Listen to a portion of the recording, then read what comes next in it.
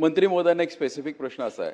मंत्री महोदय, आपण सांगितलं की जवळजवळ 12,733 ह्या प्री प्रायमरी प्रायव्हेट स्कूल्स आहेत. एकीकडे आपण हे पाहतो, दुसरीकडे आपल्या राज्य शासनाच्या जवळ 1,10,000 अंगणवाडी आहेत आणि त्या सिमिलर आहेत. या अंगणवाडीत काम करणाऱ्या सेविकांच्या पगाराची काय परिस्थिती आहे तुम्हाला आम्हाला सर्वांना ज्ञात आहे. बिचाऱ्या कायम आंदोलन करत असतात. पण ह्या प्री स्कूलची फीज पाहिली अध्यक्ष महोदय, तर ह्या फीला कुठेही मॉनिटरिंग नाही, कारण याचं रजिस्ट्रेशनच आपल्याकडे होत नाही.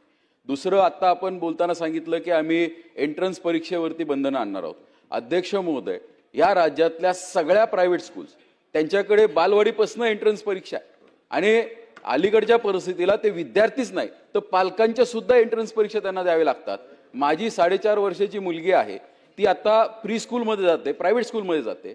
आज तिला अल्फाबेट्स वाचता येतात, नंबर्स वाचता येतात, वर्ड सुद्धा वाचायला ते शिकवतात आहेत. इतकं शिक्षण जर प्री स्कूल प्रायव्हेटमध्ये देतात तर आपण शासकीय अंगणवाड्यांसाठी काही नियम ह्या संदर्भातले आणणार आहोत का?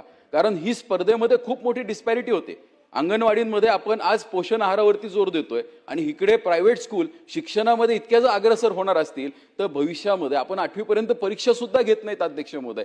तर याच्यावरती आपल्याला खऱ्या अर्थाने कुठेतरी मॉनिटरिंग आणावं लागणार आहे. एक तर डिस्पॅरिटी कंट्रोल करायची, म्हणजे याचा अर्थ असा नाही की प्रायव्हेटची क्वालिटी खाली आणायची आहे. आपण आपली अपग्रेड करू शकतो का, किंवा हे मॉनिटरिंग कशा पद्धतीने करता येईल? कारण मुलांवरती जो पियर प्रेशर तयार होतोय, आज 6वीचं आपण पहिल्या वर्षाचं ऍडमिशन प्रोसेस ठेवली आहे फर्स्ट स्टँडर्डचं, पण अनेक जे IB स्कूल्स आहेत तिथे आजही फर्स्ट इयरचं ऍडमिशन, पहिलीचं ऍडमिशन हे 6 वर्षाचा राज्य शासनाचा आणि केंद्र सरकारचा नियम अजूनही पाळला जात नाही. हे सुद्धा काही अनुभव पाहायला मिळतात. त्याचं कारण असं आहे की आता मदर टॉडलर्स पासून प्री स्कूल सुरू होतात. माझी आपल्या मार्फत मंत्री महोदयांना विनंती आहे की हा नियम आपण जो आणणार आहोत रजिस्ट्रेशनचा, हा लवकरात लवकर म्हणजे कधीपर्यंत आणणार आहोत?